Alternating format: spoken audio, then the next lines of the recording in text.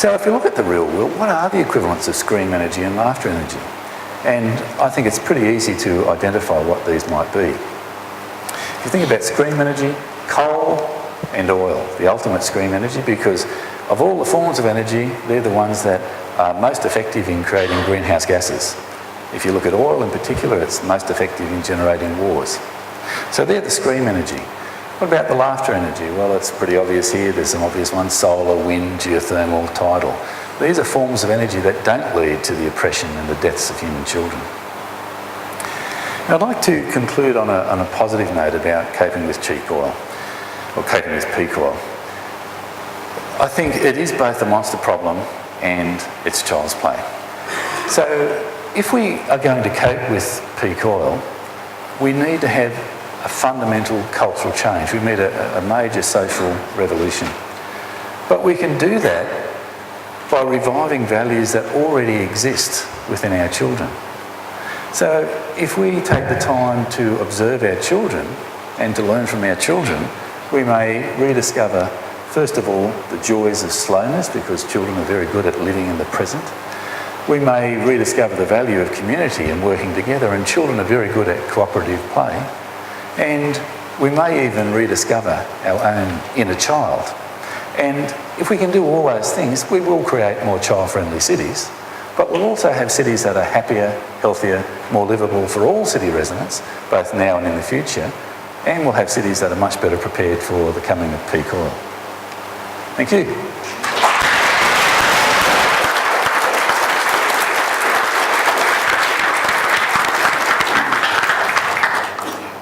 Thank you, Paul.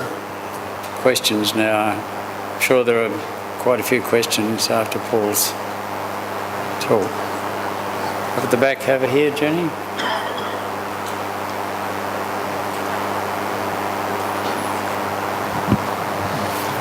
Hi Paul, I'm Chris Spike. You had mentioned population growth, unfortunately, in your presentation. That was the only fault I could find with that. I'd like you to comment on population growth and the welfare of children. They're certainly related, and one of the things that cheap oil and other fossil fuels have done have been able to fuel that massive growth in population. So in terms of what's going to happen after peak oil, then the potential to maintain that is going to decrease.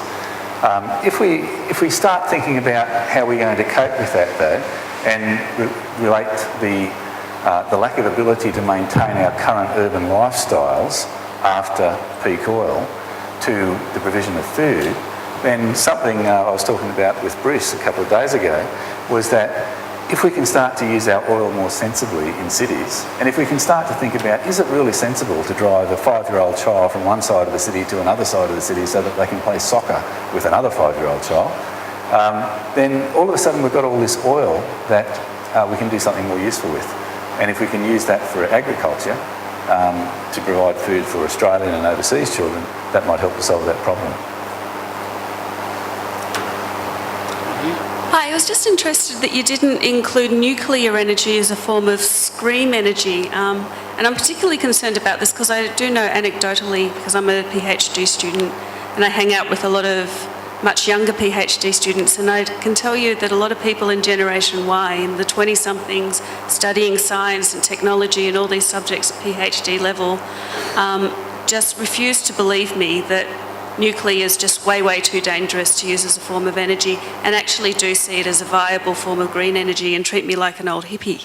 So what's your comments on that? A very good point. I deliberately left nuclear out. Partly because there is that debate and some people think that it is the solution. I wanted to talk about coal and oil as things that are very, very clear in terms of scream energy. There's no debate about those at all.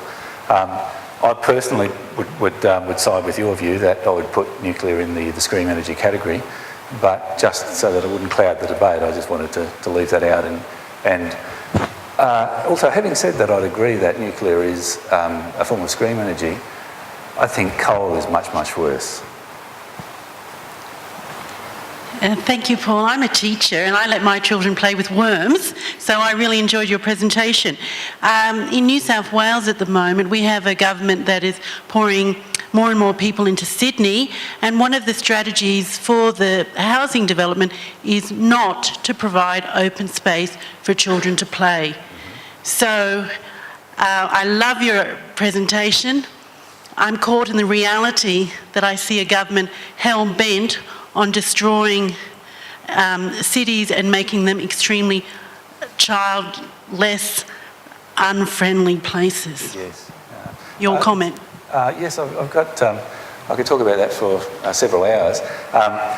One of the quotes that I used to put up in presentations was a quote from a book by Colin Ward called "The Child in the City," and in this quote he said that the failure of an urban environment can be measured in direct proportion to the number of parks and playgrounds.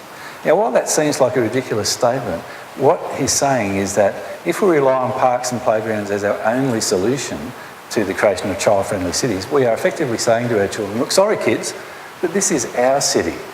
We've left these little bits of it for you. There's a park over there and there's a playground over here. But if you want to get from there to there, you've got to come and see us because we've made the rest of the city too dangerous.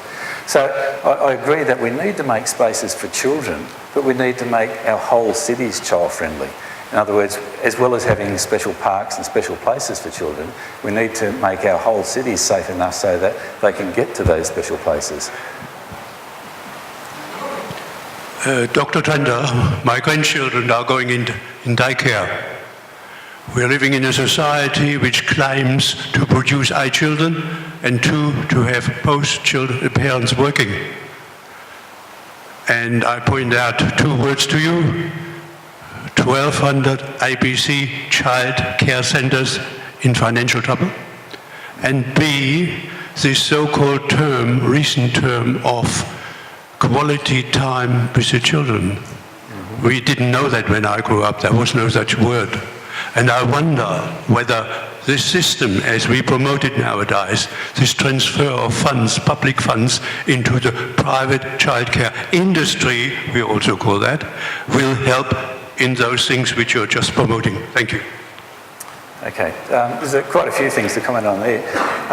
You mentioned two-income families, and a lot of families these days do have two incomes, and that's one of the reasons why children don't have as much freedom as they used to. So childcare is an important issue.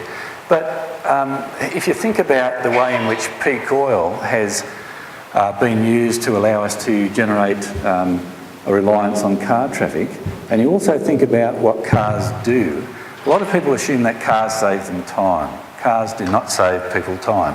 Cars only save people time if you don't take into account the time that you've got to spend at work to earn the money, to pay for the car, to pay for the fuel, to pay for the registration, to pay for the insurance, and all the other things that go with the car. And if you do that and calculate the effective speed of cars, then most motorists would be better off selling their car and riding a bicycle.